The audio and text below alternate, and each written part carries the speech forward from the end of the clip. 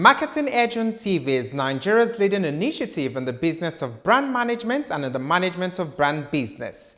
It is a 30-minute awesome package that comprises brand news, branding focus, and industry conversation all in a mix, encompassing thorough and in-depth analysis aimed at promoting the brand idea. I am Bababumi Agbibi. Welcome to the program. Marketing Edge on TV, promoting the brand idea. We begin with brand news, where we bring you the latest developments around brands and in the field of marketing and advertising in Nigeria and around the world.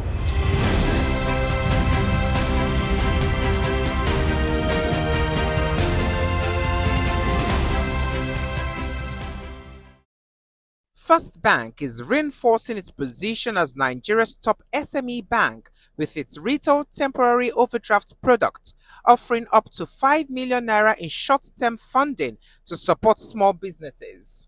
The facility, designed for ease and speed, provides 30-day overdrafts up to 12 times a year without collateral, helping entrepreneurs manage urgent cash flow needs. This financial support has transformed businesses like Champion 5 Limited, which increased production by 50%. The bank's SME focus recently ended the Best SME Bank in Nigeria and Africa at the 2024 Asian Banker Awards. Airtel Africa has named Publicis Group Africa as its new marketing partner across 12 African countries, excluding Nigeria. The partnership covers key markets including Kenya, Uganda, Rwanda, and Tanzania, aiming to boost Airtel's brand through data-driven storytelling. Publicis affiliate, the Partnership Africa, based in Nairobi, will lead the campaign. CEO Govenda described the deal as a step towards borderless collaborative marketing. However, industry sources say Nigeria, Airtel's largest market, is not part of the deal for now. Discussions are reportedly ongoing, with expectations that the telecom giant may re-engage Insight Redefining, which recently exited the business over strategic concerns. This shift follows Airtel's quiet but heartfelt farewell to OGV Africa, ending a 15-year relationship marked by creativity and mutual respect. With Airtel operating in 14 African countries and over 163 million subscribers, observers believe Nigeria won't be left out for long. The global print media market is projected to grow from $403.9 billion in 2024 to $453.8 billion by 2030 at a 2% annual rate. Newspapers are leading growth at 2.2% CAGR, while books follow at 1.7%. The US remains the largest market at $116.4 billion, but China is catching up with a faster 2.9% growth rate. Despite digital disruption, print continues to thrive in niche and premium segments. Hybrid models, tech integration, and evolving art strategies are helping print stay relevant. Tariff impacts and trade shifts are also being tracked ahead of a July market reassessment. Next is branding focus after this break. Marketing Edge on TV, promoting the brand idea.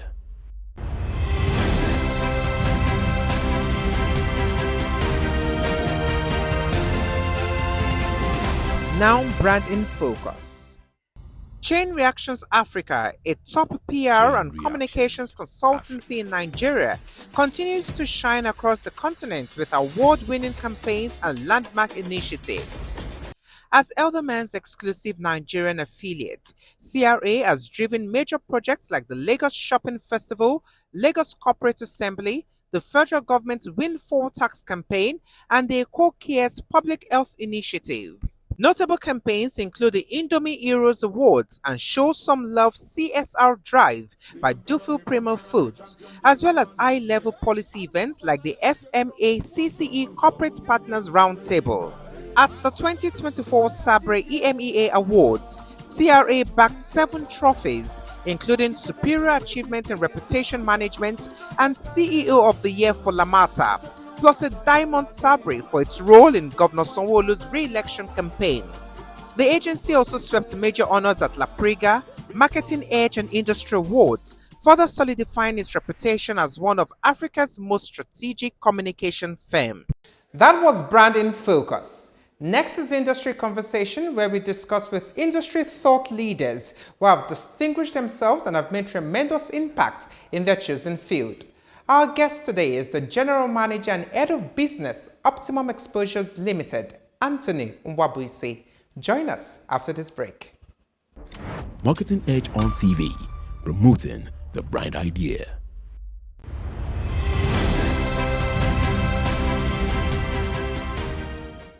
On Industry Conversation today, I have the General Manager, Head of Business, Optimum Exposures Limited, Anthony Nwabuisi. Glad to have you. It's a pleasure to have you here as well. Good to see you. Great. What are your thoughts and assessments on the current state of out-of-home advertising industry? Well, the industry is, to be honest, is going through some real evolution, if I can use that word, and some changes. It's 2023, 2024, there was some, you can almost say that operators alike struggled due to the economic landscape of the business.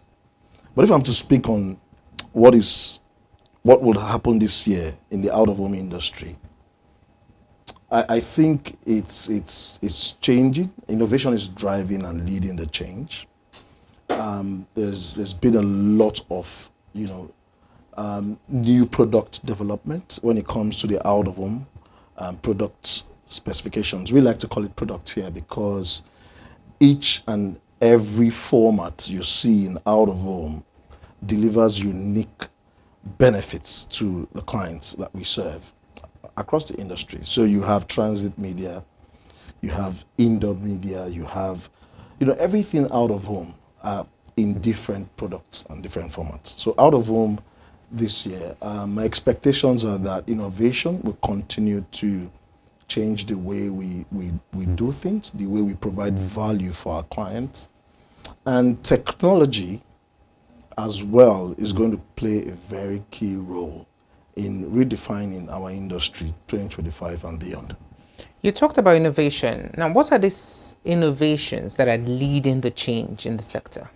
Yeah, so you cannot talk about digital screens anymore because digital screens have been here some 15, 18 years ago, right? So that is new in the way we do things.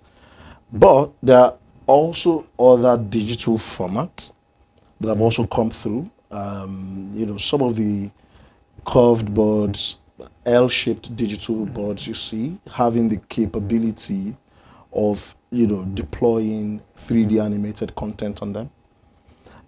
That is changing the way the digital landscape looks. That's really innovative because it's 5 years old now into the business, into our industry. But beyond all of that, what is really what is really driving innovation is, again, we see players now attempting to break into the programmatic digital out-of-home side. Programmatic digital out-of-home basically is, developing technologies and platforms that can, help both, advertisers and operators plan, automatedly. So automated planning and buying that helps deliver more efficiency and effectiveness for the different clients. So you must have heard about programmatic digital out of home happening in the Western markets, happening across Europe. It's beginning to come home. We're beginning to buy into that. Beyond the programmatic digital out of home, when we now talk products, when you say innovation around product, what we now see are unique, disruptive products. I'm sure when you move around Lagos State, you see a couple of these new things. You see street furniture that are being placed really in a very strategic and catchy way. We did one for Pepsi from November, December last year into this year. So we call it the rotating chiller. So it was like a chiller, Pepsi chiller, gigantic one, deployed, scattered across Lagos State, rolling like a proper chiller with a Pepsi bottle in it. That is really innovative, and that is really disrupting the eyeballs, and it's beginning to pick up some level of speed. And we've also seen unique kind of product, not only on the digital side, but also on the static side. So if you you've seen very interesting large formats play out, especially in markets like Lagos and Abuja, that are very urbanized, right? And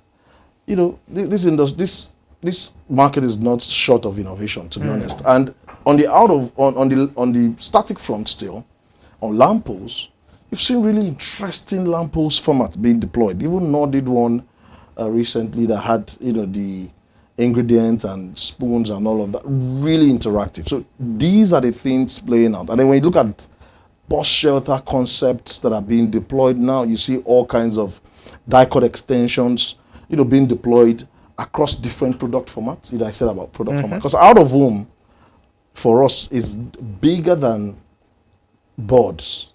It's real estate that you have across different locations. So it's really bigger than just boards, and that's why it's morphed from outdoor to out of home, because it's everything that you can use as a touch point to communicate with your own clients and consumers on the outside of the home. So it's everything that has to do with that. So yeah, the innovations are happening. So some of these things I touch are some of the ones that are happening, major ones playing out, in our market as we know it today. Yeah, I'm still coming to digital out of home, but I want us to talk about the challenges that the whole sector, out of home advertising sector, is facing at the moment. So the challenges are in various formats. So you have challenges as an operator, and then you also would have challenges from the point of view of the client who needs the solution to communicate, right? And then you also have challenges from the regulator side. So you also have challenges across talents, you have challenges across technology and all of that. So I'll take it one after the other and quickly too. So let me start, because I always like to see out of home from the lenses of my clients. So let me speak to the main challenges, or main challenge that we see from the client's purview, is the lack of measurability, lack of measurement, which is where technology has to then come in.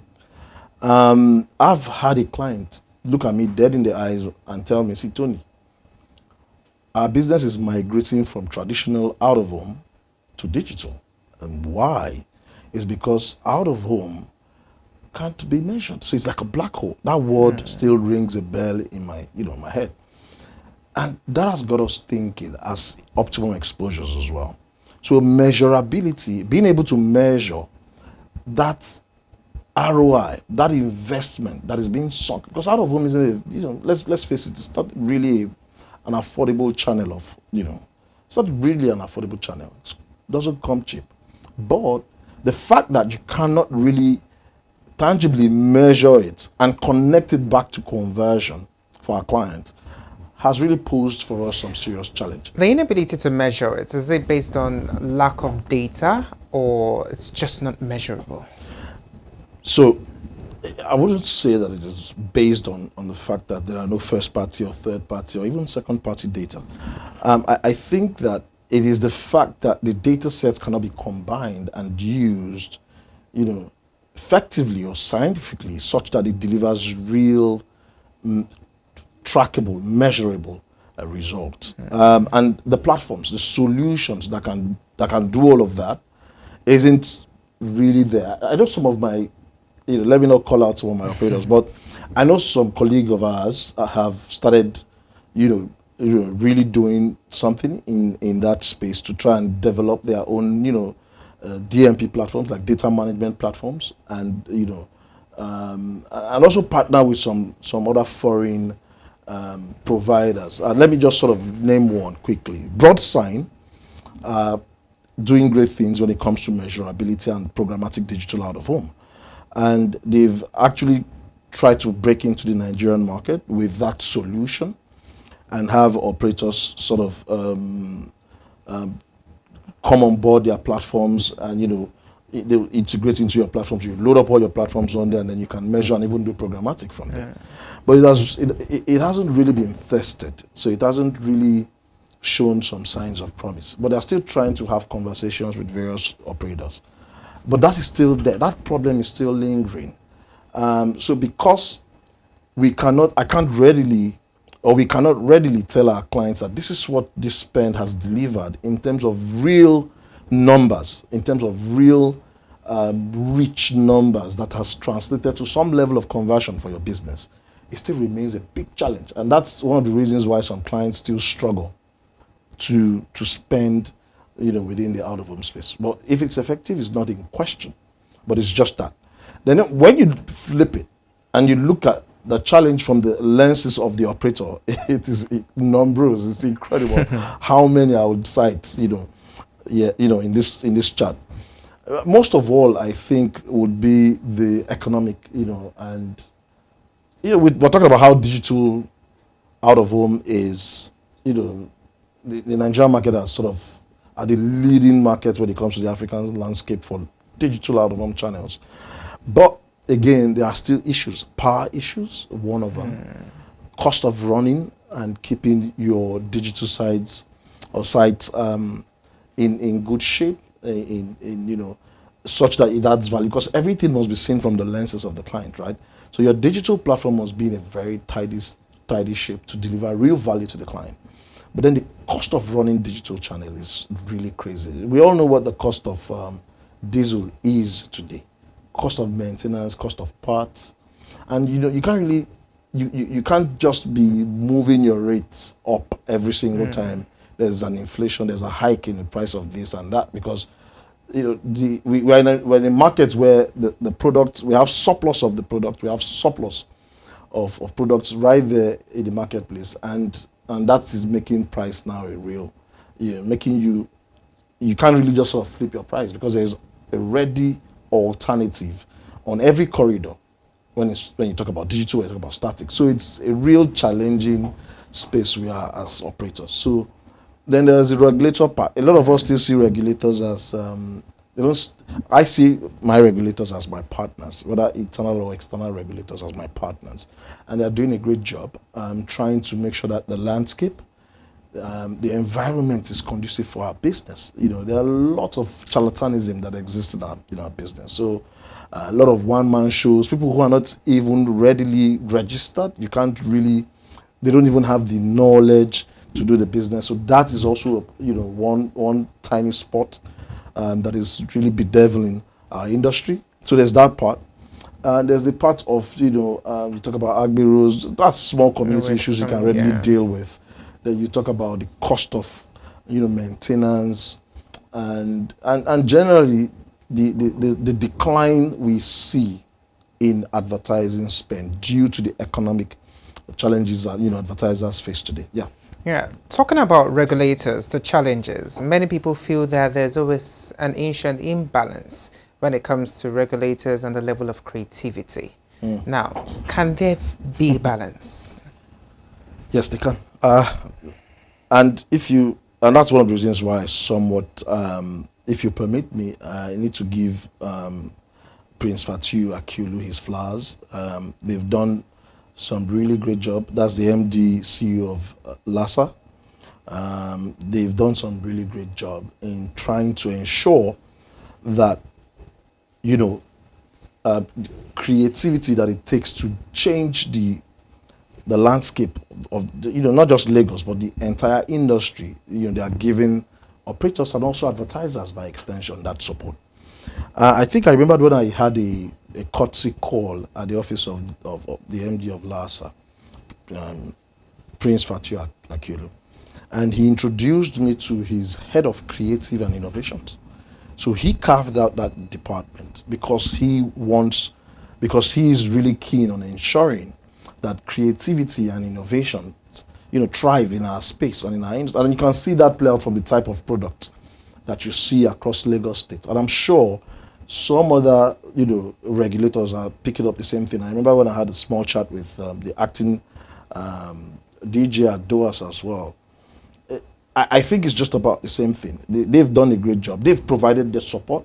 So when you present an idea, and not just only LASA, by extension, the LASPAC, the GM of LASPAC, based on some of the things you see today happen in the Lagos State's, space, it wasn't there before because of this pushback in terms of, oh no, this would disrupt traffic. Oh, this might, be intrusive to commuters. Oh, this, might just sort of might affect the look and feel of the state. But now they are beginning to see that this is even adding more value to the landscape than than the negativity that was there behind it before.